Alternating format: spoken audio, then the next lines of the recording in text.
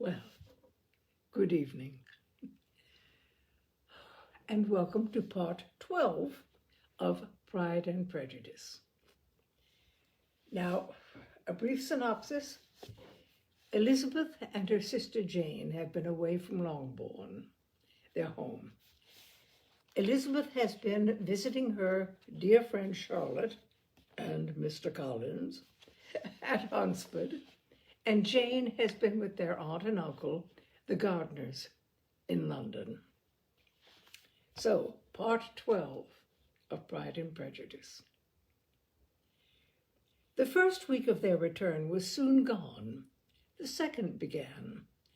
It was the last of the regiment's stay in Meryton, and all the young ladies in the neighborhood were drooping apace. The dejection was almost universal. The elder Miss Bennets alone were still able to eat, drink, and sleep, and pursue the usual course of their employments. Very frequently were they reproached for this insensibility by Kitty and Lydia, whose own misery was extreme, and who could not comprehend such hard-heartedness in any of the family. "Good heavens, what is to become of us? What are we to do?" would they often exclaim in the bitterness of woe. "How can you be smiling so, Lizzie?" Their affectionate mother shared all their grief. She remembered what she had herself endured on a similar occasion 25 years ago. "I am sure," said she, "I cried for 2 days altogether when Colonel Miller's regiment went away. I thought I should have broke my heart." "I am sure I shall break mine," said Lydia. "If one could but go to Brighton," observed Mrs. Bennet. "Oh, yes, if one could but go to Brighton, but papa is so disagreeable." "A little sea bathing would set me up forever. And my Aunt Phillips is sure it would do me a great deal of good," added Kitty.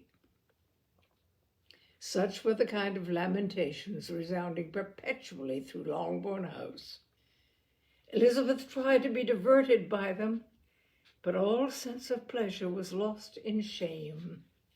She felt anew the justice of Mr. Darcy's objections, and never had she before been so much disposed to pardon his interference in the views of his friend. But the gloom of Lydia's prospect was shortly cleared away, for she received an invitation from Mrs. Forster, the wife of the colonel of the regiment, to accompany her to Brighton. This invaluable friend was a very young woman and very lately married. A resemblance in good humor and good spirits had recommended her and Lydia to each other, and out of their 3 months' acquaintance they had been intimate 2. The rapture of Lydia on this occasion, her adoration of Mrs. Forster, the delight of Mrs. Bennet, and the mortification of Kitty are scarcely to be described. Wholly inattentive to her sister's feelings, Lydia flew about the house in restless ecstasy, calling for everyone's congratulations and laughing and talking with more violence than ever, while the luckless Kitty continued in the parlor, repining at her fate in terms as unreasonable as her accent was peevish. "I cannot see why Mrs. Forster should not ask me as well as Lydia," said she, "though I am not her particular friend. I have just as much right to be asked as she has, and more, too, for I am 2 years older." In vain did Elizabeth attempt to make her reasonable, and Jane to make her resigned. As for Elizabeth herself, this invitation was so far from exciting in her the same feelings as in her mother and Lydia, that she considered it as the death warrant of all possibility of common sense for the latter, and, detestable as such a step must make her were it known, she could not help secretly advising her father not to let her go. She represented to him all the improprieties of Lydia's general behavior, the little advantage she could derive from the friendship of such a woman as Mrs. Forster, and the probability of her being yet more imprudent with such a companion at Brighton, where the temptations must be greater than at home. He heard her attentively, and then said, "Lydia will never be easy till she has exposed herself in some public place or other, and we can never expect her to do it with so little expense or inconvenience to her family as under the present circumstances." "If you were aware," said Elizabeth, "of the very great disadvantage to us all, which must arise from the public notice of Lydia's unguarded and imprudent manner, nay, which has already arisen from it, I am sure you would judge differently in the affair." "Already arisen?" repeated Mr. Bennet. "What, has she frightened away some of your lovers? Poor little Lizzie! But do not be cast down. Such squeamish youths as cannot bear to be connected with a little absurdity are not worth a regret. Come, let me see the list of the pitiful fellows who have been kept aloof by Lydia's absurdity." "Indeed, you are mistaken. I have no such injuries to present.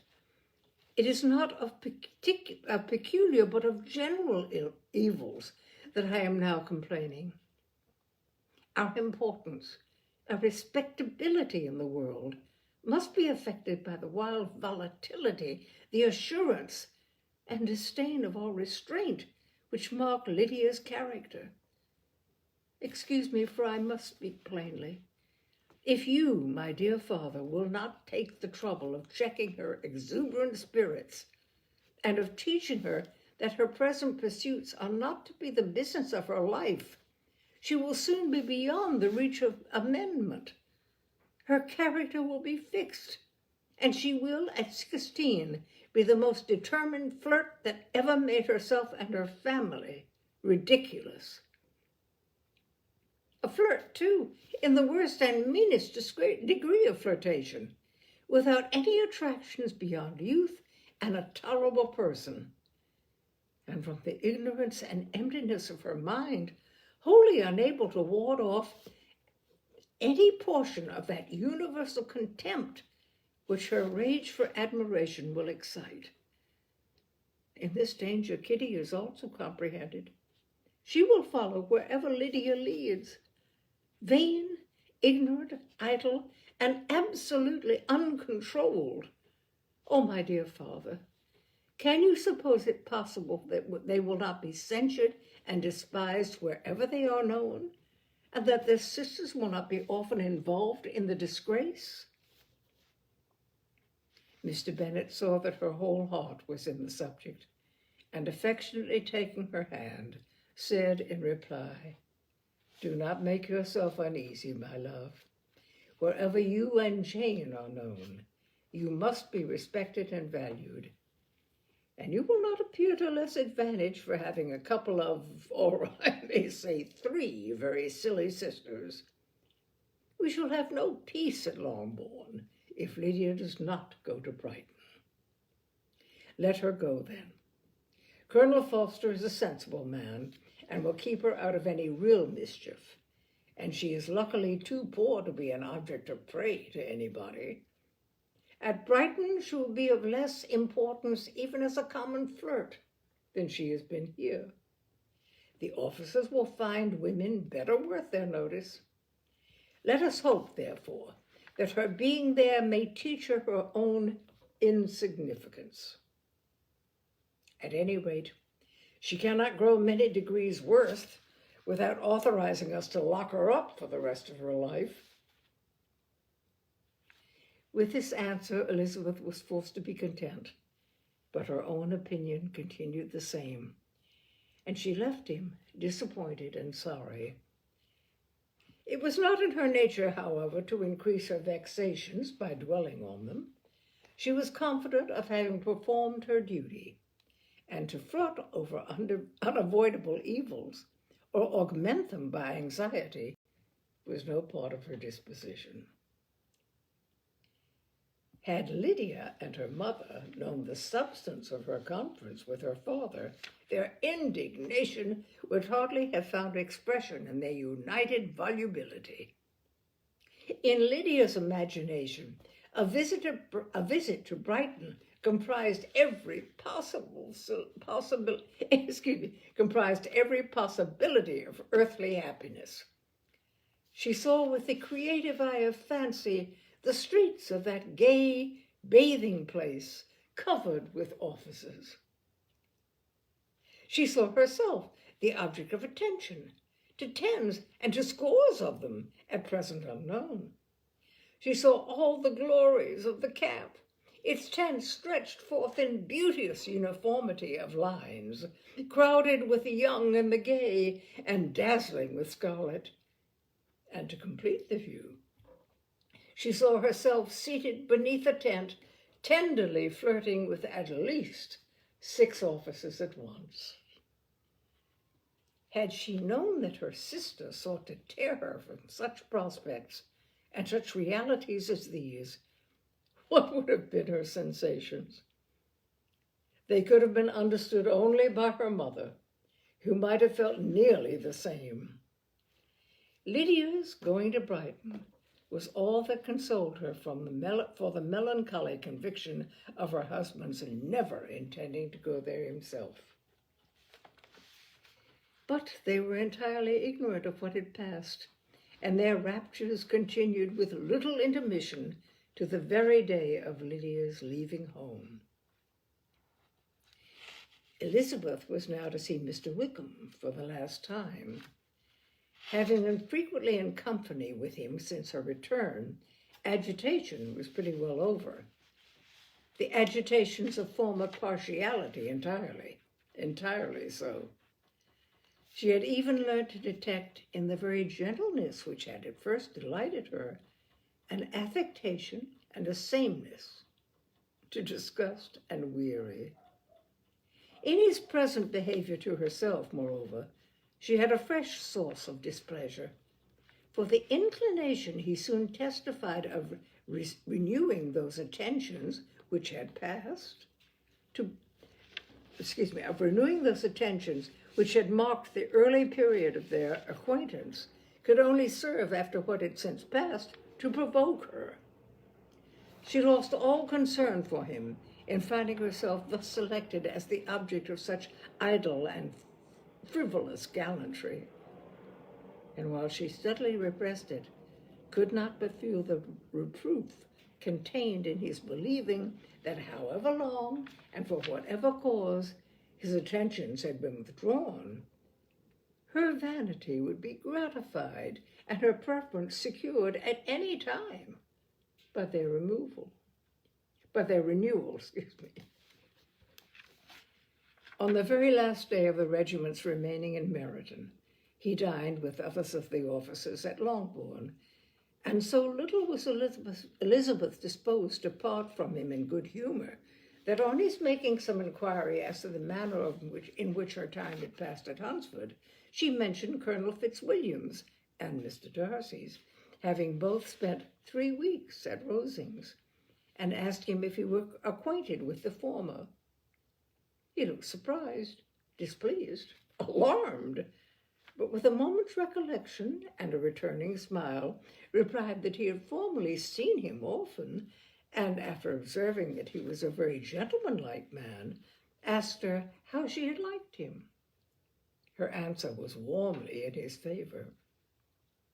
With an air of indifference, he soon afterward added, "How long did you say he was at Rosings?" "Nearly 3 weeks." "And you saw him frequently?" "Yes, almost every day." "His manners are very different from his cousin's." "Yes, very different. But I think Mr. Darcy improves on acquaintance." "Indeed!" cried Wickham with a look which did not escape her. "And pray, may I ask," but checking himself, he added in a gayer tone, "is it an address that he improves? Has he deigned to add aught of civility to his ordinary style? For I dare not hope," he continued in a lower and more serious tone, "that he is improved in Essentials? Oh, no, said Elizabeth. In essentials, I believe, he is very much what he ever was. While she spoke, Wickham looked as if scarcely knowing whether to rejoice over her words or to distrust their meaning. There was a something in her countenance which made him listen with an apprehensive and anxious attention, while she added, "When I said that he improved on acquaintance, I did not mean that either his mind or manners were in a state of improvement, but that from knowing him better, his disposition was better understood." Wickham's alarm now appeared in a heightened complexion, an agitated look. For a few moments he was silent, till, shaking off his embarrassment, he turned to her again and said in the gentlest of accents, "You, who so well know my feelings towards Mr. Darcy, will readily comprehend how sincerely I must rejoice that he is wise enough to assume even the appearance of what is right. His pride in that direction may be of service, if not to himself, to many others, for it must deter him from such foul misconduct as I have suffered by. I only fear that the sort of cautiousness to which you, I imagine, have been alluding, is merely adopted on his visits to his aunt, of whose good opinion and judgment he stands much in awe.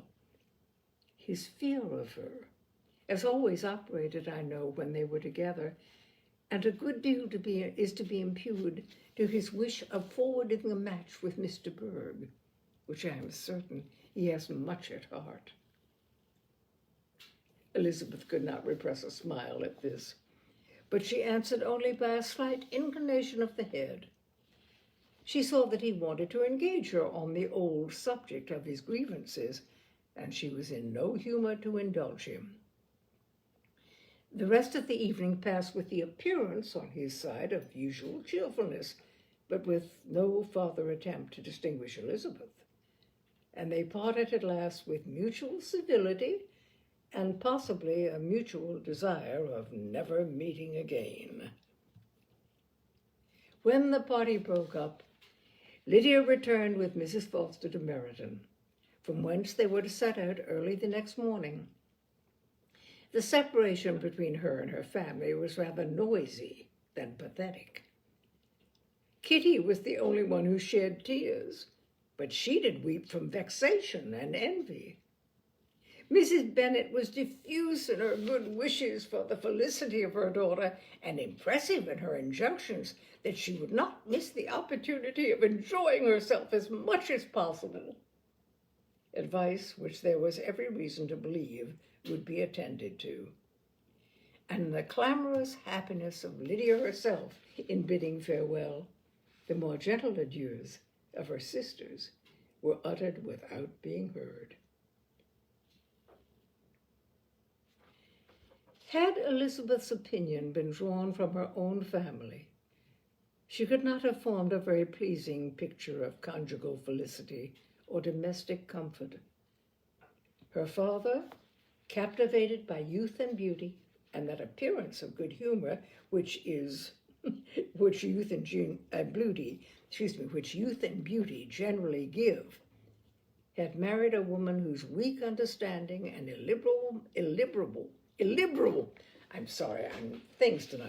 whose weak understanding and illiberal mind had very early in their marriage put an end to all real affection for her. Respect, esteem, and confidence had vanished forever, and all his views of domestic happiness were overthrown. But Mr. Bennet was not of a disposition to seek comfort for the disappointment which his own imprudence had brought on in any of those pleasures which too often consoled the unfortunate for their folly or their vice. He was fond of the country and of books, and from these tastes had arisen his principal enjoyments. To his wife he was very little otherwise indebted than as her ignorance and folly had contributed to his amusement. This is not the sort of happiness which a man would in general wish to owe to his wife, but where other powers of entertainment are wanting, the true philosopher will derive benefit from such as are given. Elizabeth, however, had never been blind to the impropriety of her father's behavior as a husband. She had always seen it with pain, but respecting his abilities and grateful for his affectionate treatment of herself, she endeavored to forget what she could not overlook, and to banish from her thoughts that continual breach of conjugal obligation and decorum which, in exposing his wife to the contempt of her own children, was so highly reprehensible. But she had never felt so strongly as now the disadvantages which must attend the children of so unsuitable a marriage, nor ever been so fully aware of the evils arising from so ill-judged a direction of talent. Talents which, rightly used, might at least have preserved the respectability of his daughters, even if incapable of enlarging the mind of his wife. When Elizabeth had rejoiced over Wickham's departure, she found little other cause for satisfaction in the loss of the regiment. Their parties abroad were less varied than before, and at home she had a mother and sister whose constant repinings at the dullness of everything around them threw a real gloom over their domestic circle. And though Kitty might in time regain her natural degree of sense, since the disturbance of her brain were removed, her other sister, from whose disposition greater evil might be apprehended, was likely to be hardened in all her folly and assurance by a situation of such double danger as a watering place and a camp. Upon the whole, therefore, she found that what has been sometimes found before, that an event to which she had looked forward with impatient desire did not, in taking place, bring all the satisfaction she had promised herself. It was consequently necessary to name some other period for the commencement of actual felicity, to have some other point on which her wishes and hopes might be fixed, and by again enjoying the pleasure of anticipation, console herself for the present and prepare for another disappointment. Her tour to the lakes was now the object of her happiest thoughts. It was her best consolation for all the uncomfortable hours which the discontentedness of her mother and Kitty made inevitable. And could she have included Jane in the scheme, every part of it would have been perfect. But it is fortunate, thought she, that I have something to wish for. Were the whole arrangement complete, my disappointment would have been certain. But here, by carrying with me one ceaseless source of regret in my sister's absence, I may reasonably hope to have all my expectations of pleasure realized. A scheme of which every part promises delight can never be successful, and general disappointment is only warded off by the defense of some peculiar vexation. When Lydia went away, she promised to write very often and very minutely to her mother and Kitty, but her letters were always long expected and always very short. Those to her mother contained little else than that they were just returned from the library, where such and such officers had attended them, and where she had seen such beautiful ornaments as made her quite wild, that she had a new gown or a new parasol, which she would have described more fully, but was obliged to leave off in a violent hurry, as Mrs. Foster called her, and they were going to the camp. And from her correspondence with her sister, there was still less to be learnt, for her letters to Kitty, though rather longer, were much too full of lines under the words to be made public. After the first fortnight or 3 weeks of her absence, health good humor, and cheerfulness began to reappear at Longbourn. Everything wore a happier aspect.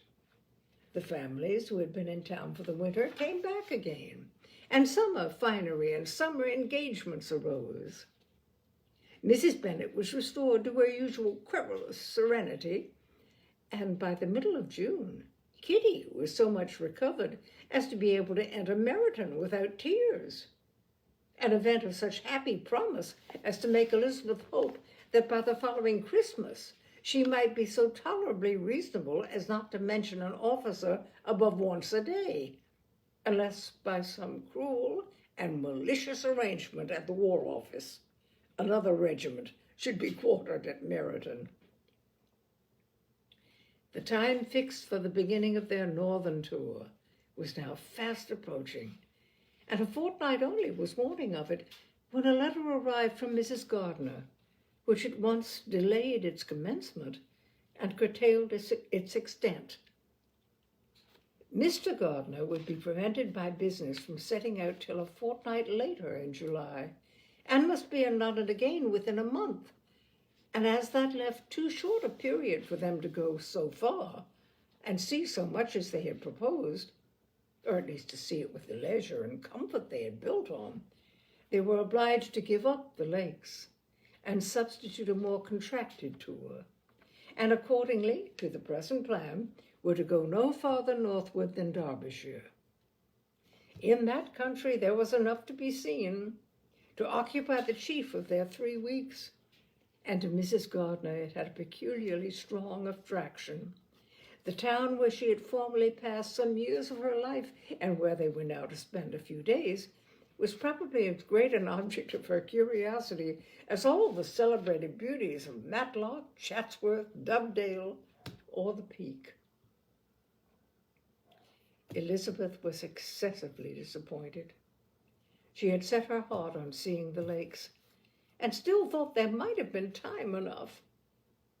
But it was her business to be satisfied, and certainly her temper to be happy, and all was soon right again. With the mention of Derbyshire, there were many ideas connected. It was impossible for her to see the word without thinking of Pemberley and its owner. But surely, said she, I may enter his county with impunity and rob it of a few petrified spars without his perceiving me. The period of expectation was now doubled. 4 weeks were to pass away before her uncle and aunt's arrival, but they did pass away, and Mr. and Mrs. Gardiner, with their 4 children, did at length appear at Longbourn. The children, 2 girls of 6 and 8 years old, and 2 younger boys, were to be left under the particular care of their cousin Jane, who was the general favorite, and whose steady sense and sweetness of temper exactly adapted her for attending to them in every way, teaching them, playing with them, and loving them. The Gardiners stayed only 1 night at Longbourn, and set off the next morning with Elizabeth in pursuit of novelty and amusement. One enjoyment was certain, that of suitableness as companions, a suitableness which comprehended health and temper to bear inconveniences, cheerfulness to enhance every pleasure, and affection and intelligence which might supply it among themselves if there were disappointments abroad. It is not the object of this work to give a description of Derbyshire, nor of any of the remarkable places through which their route thither lay. Oxford, Blenheim, Warwick, Kenilworth, Birmingham, etc., are sufficiently known. A small part of Derbyshire is all the present concern. To the little town of Lambton, the scene of Mrs. Gardiner's former residence, and where she had lately learned that some acquaintance still remained, they bent their steps, after having seen all the principal wonders of the country. And within 5 miles of Lambton, Elizabeth found from her aunt that Pemberley was situated. It was not in their direct road, no more than a mile or two out of it. In talking over their route the evening before, Mrs. Gardiner expressed an inclination to see the place again. Mr. Gardiner declared his willingness, and Elizabeth was applied to for her approbation. "My love, should you not like to see a place of which you have heard so much?" said her aunt. "A place, too, with which so many of our acquaintance are connected. Wickham passed all his youth there, you know." Elizabeth was distressed. She felt that she had no business at Pemberley, and was obliged to assume a distant inclination for seeing it. She must own that she was tired of great houses after going over so many. She really had no pleasure in fine carpets or satin curtains. Mrs. Gardiner abused her stupidity. "If it were merely a fine house richly furnished," said she, "I should not care about it myself. But the grounds are delightful. They have some of the finest woods in the country." Elizabeth said no more, but her mind could not acquiesce. The possibility of meeting Mr. Darcy while viewing the place instantly occurred. It would be dreadful. She blushed at the very idea, and thought it would be better to speak openly to her aunt than to run such a risk. But against that there were objections, and she finally resolved that it would be the last resource, if her private inquiries as to the absence of the family were unfavorably answered. Accordingly, when she retired at night, she asked the chambermaid whether Pemberley were not a very fine place. What was the name of its proprietor? And, with no little alarm, whether the family were down for the summer?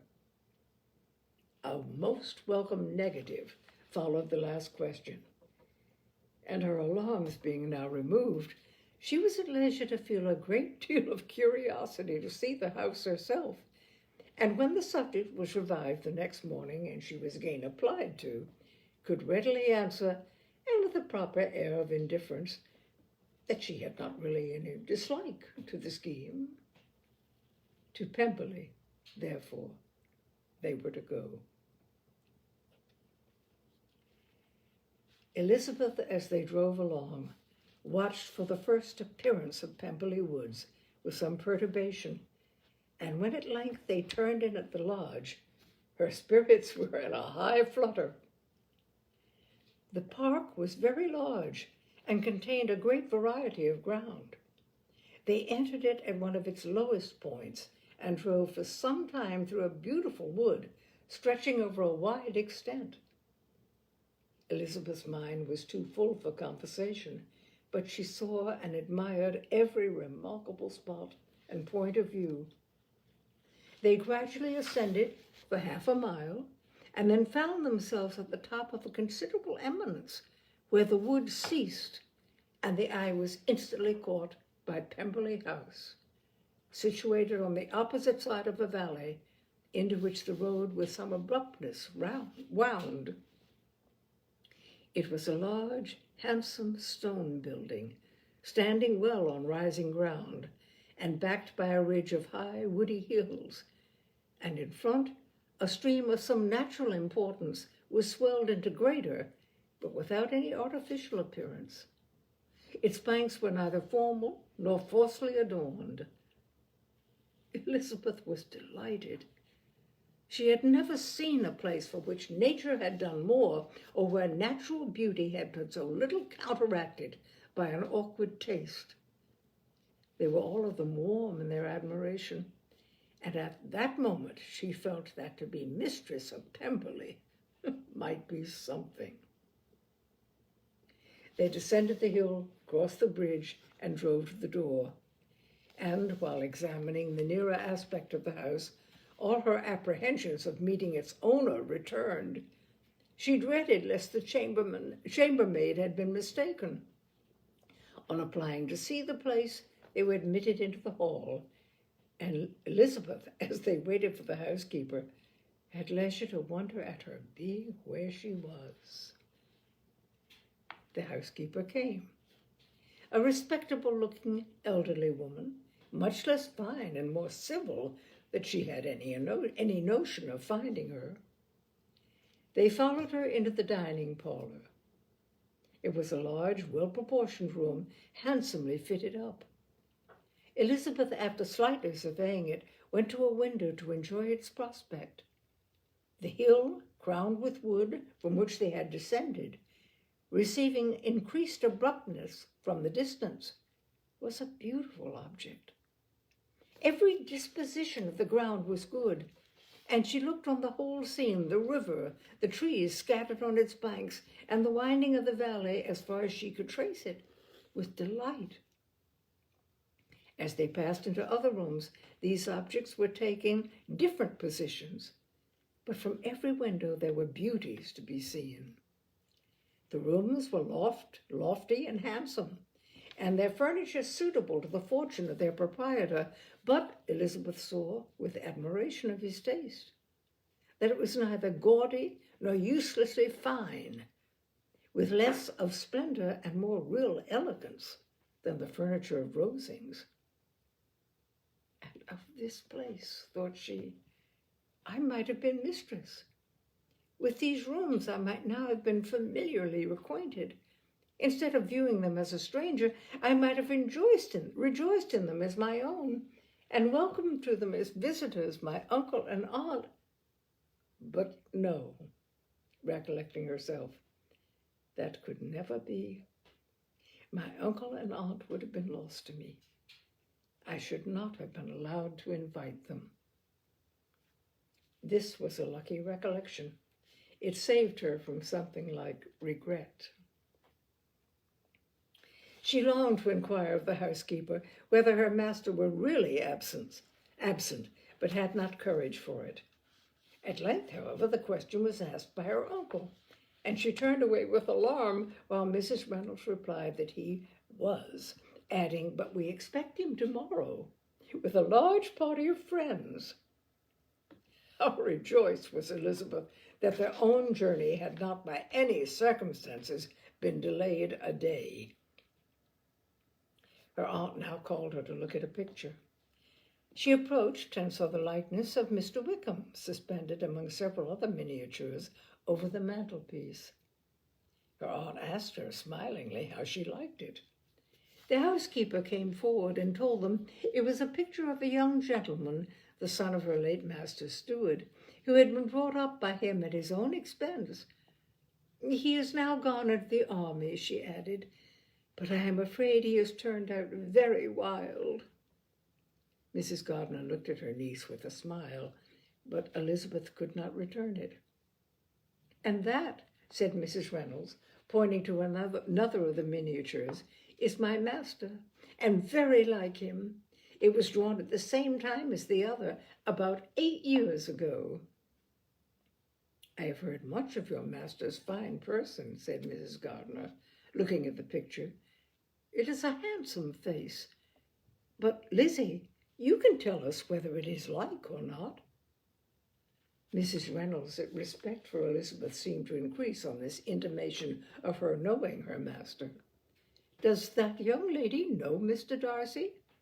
Elizabeth colored and said, "A little." "And do you not think him a very handsome gentleman, ma'am?" "Yes, very handsome." "I'm sure I know none so handsome. But in the gallery upstairs you will see a finer, larger picture of him than this. This room was my late master's favorite room, and these miniatures are just as they used to be then. He was very fond of them." This accounted to Elizabeth for Mr. Wickham's being among them. Mrs. Reynolds then directed their attention to one of Miss Darcy, drawn when she was only 8 years old. "And is Miss Darcy as handsome as her brother?" said Mr. Gardiner.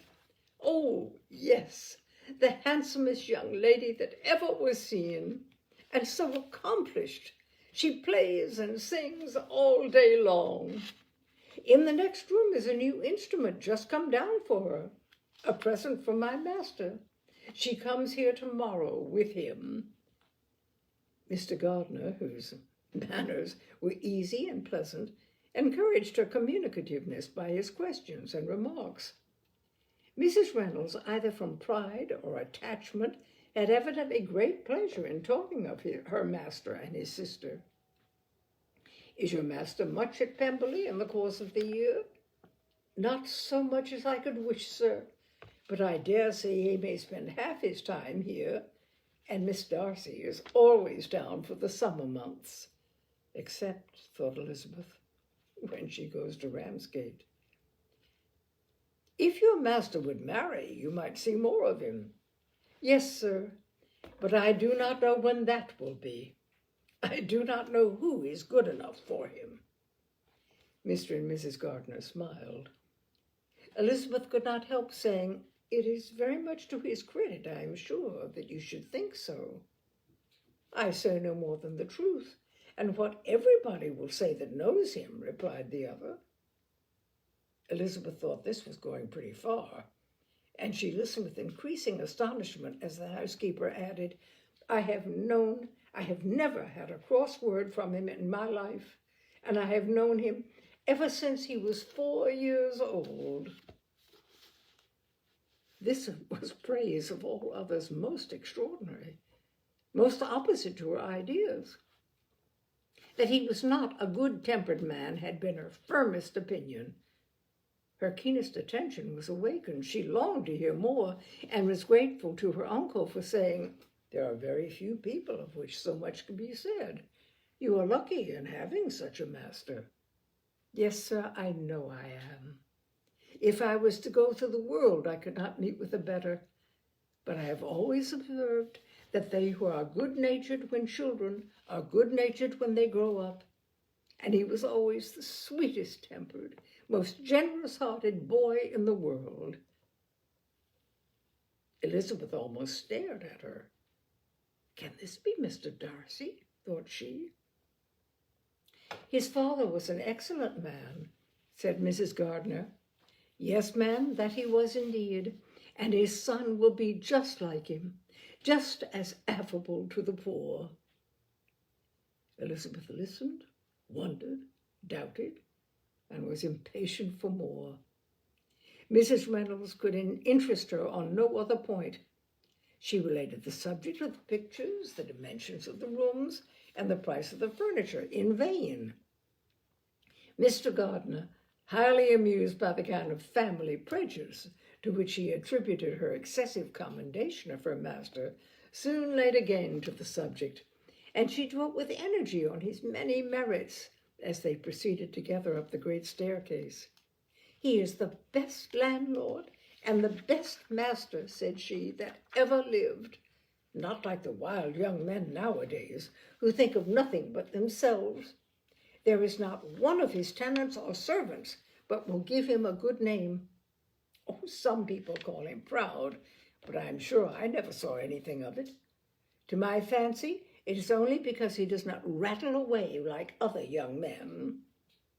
"In what an amiable light does this place him," thought Elizabeth. "This fine account of him," whispered her aunt as they walked, "is not quite consistent with his behavior to our poor friend. Perhaps we might be deceived. Oh, that is not very likely. Our authority was too good." On reaching the spacious lobby above, they were shown to a very pretty sitting room, lately fitted up with greater elegance and lightness than the apartments below, and were informed that it was but just done to give pleasure to Miss Darcy, who had taken a liking to the room when last at Pemberley. "He is certainly a good brother," said Elizabeth, as she walked toward one of the windows. Mrs. Reynolds anticipated Miss Darcy's delight when she should enter the room. "And this is always the way with him," she added. "Whatever can give his sister any pleasure is sure to be done in a moment. There is nothing he would not do for her." The picture gallery and 2 or 3 of the principal bedrooms were all that remained to be shown. In the former were many good paintings, but Elizabeth knew nothing of the art, and from such as had been already visible below, she had willingly turned to look at some drawings of Miss Darcy's, in crayons, whose subjects were usually more interesting and also more intelligible. In the gallery, there were many family portraits, but they could have little to fix the attention of a stranger. Elizabeth walked on in quest of the only face whose features would be known to her. At last it arrested her, and she beheld a striking resemblance to Mr. Darcy, with such a smile over the face as she remembered to have sometimes seen when he looked at her. She stood several minutes before the picture in earnest contemplation, and returned to it again before they quitted the gallery. Mrs. Reynolds informed them that it had been taken in his father's lifetime. There was certainly at this moment in Elizabeth's mind a more gentle sensation toward the original than she had ever felt in the height of their acquaintance. The commendation bestowed on him by Mrs. Reynolds was of no trifling nature. What praise is more valuable than the praise of an intelligent servant? As a brother, a landlord, a master, she considered how many people's happiness were in his guardianship, how much of pleasure or pain it was in his power to bestow, how much of good or evil must be done by him. Every idea that had been brought forward by the housekeeper was favorable to his character, and as she stood before the canvas on which he was represented, and fixed her eyes upon herself, she thought of his regard with a deeper sentiment of gratitude than it had ever raised before. She remembered its warmth and softened its impropriety of expression. When all of the house that was open to general inspection had been seen, they returned downstairs, and taking leave of the housekeeper, were consigned over to the gardener, who met them at the hall door. As they walked toward the lawn, towards the river, Elizabeth turned back to look again. Her uncle and aunt stopped also, and while the former was conjecturing as to the date of the building, the owner of it himself suddenly came forward from the road which led behind it to the stables. They were within 20 yards of each other, and so abrupt was his appearance that it was impossible to avoid his sight. Their eyes instantly met, and the cheeks of each were overspread with the deepest blush. He absolutely started, and for a moment seemed immovable from surprise, but shortly recovering himself, advanced towards the party and spoke to Elizabeth, if not in terms of perfect composure, at least of perfect civility. She had instinctively turned away, but stopping on his approach, received his compliments with an embarrassment impossible to be overcome. Had his first appearance or his resemblance to the picture they had just been examining been insufficient to assure the other two that they now saw Mr. Darcy, the gardener's expression of surprise on beholding his master must immediately have told it. They stood a little aloof while he was talking to their niece, who, astonished and confused, scarcely dared lift her eyes to his face, and knew not what answer she returned to his civil inquiries after her family. Amazed at the alteration in his manner since they had parted, every sentence that he uttered was increasing her embarrassment, and every idea of the impropriety of her being found there recurring to her mind, the few minutes in which they continued together were some of the most uncomfortable of her life. Nor did he seem much more at ease. When he spoke, his accent had none of its usual sedateness, and he repeated his inquiries as to the time of her having left Longbourn and of her stay in Derbyshire so often and in so hurried a way as plainly spoke the distraction of his thoughts. At length, every idea seemed to fail him, and after standing a few moments without saying a word, he suddenly recollected himself and took leave. The others then joined her and expressed their admiration of his figure, but Elizabeth heard not a word. Wholly engrossed by her own feelings, she followed them in silence. She was overpowered by shame and vexation. Her coming there was the most unfortunate, the most ill-judged thing in the world. How strange must it appear to him! In what a disgraceful light might it not strike so vain a man!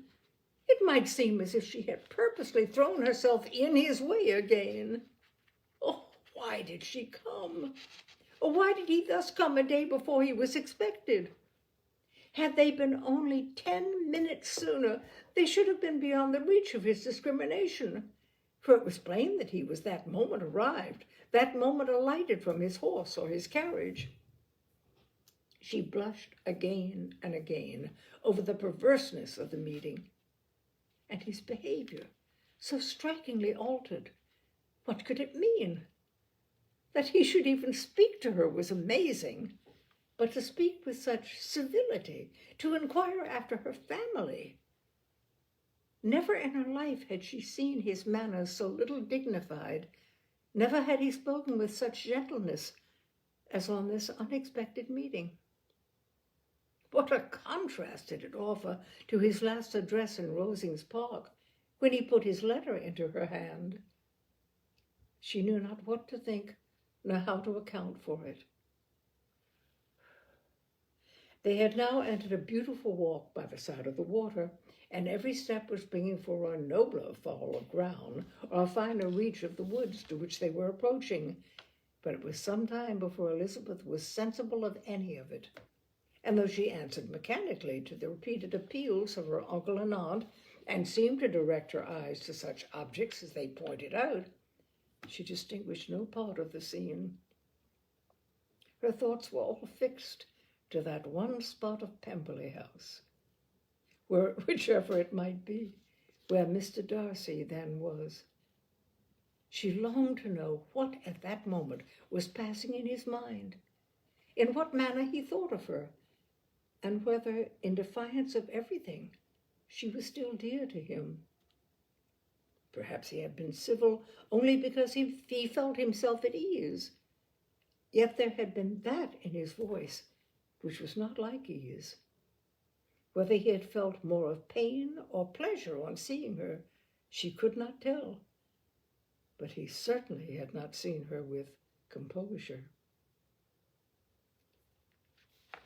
And I feel like this is almost like serials, you know, at the movie house when you have the serial. Anyway, what will come of this? We will have to wait till next week to find out. Oh, I'm loving this, and I hope you are too. Elizabeth, Elizabeth.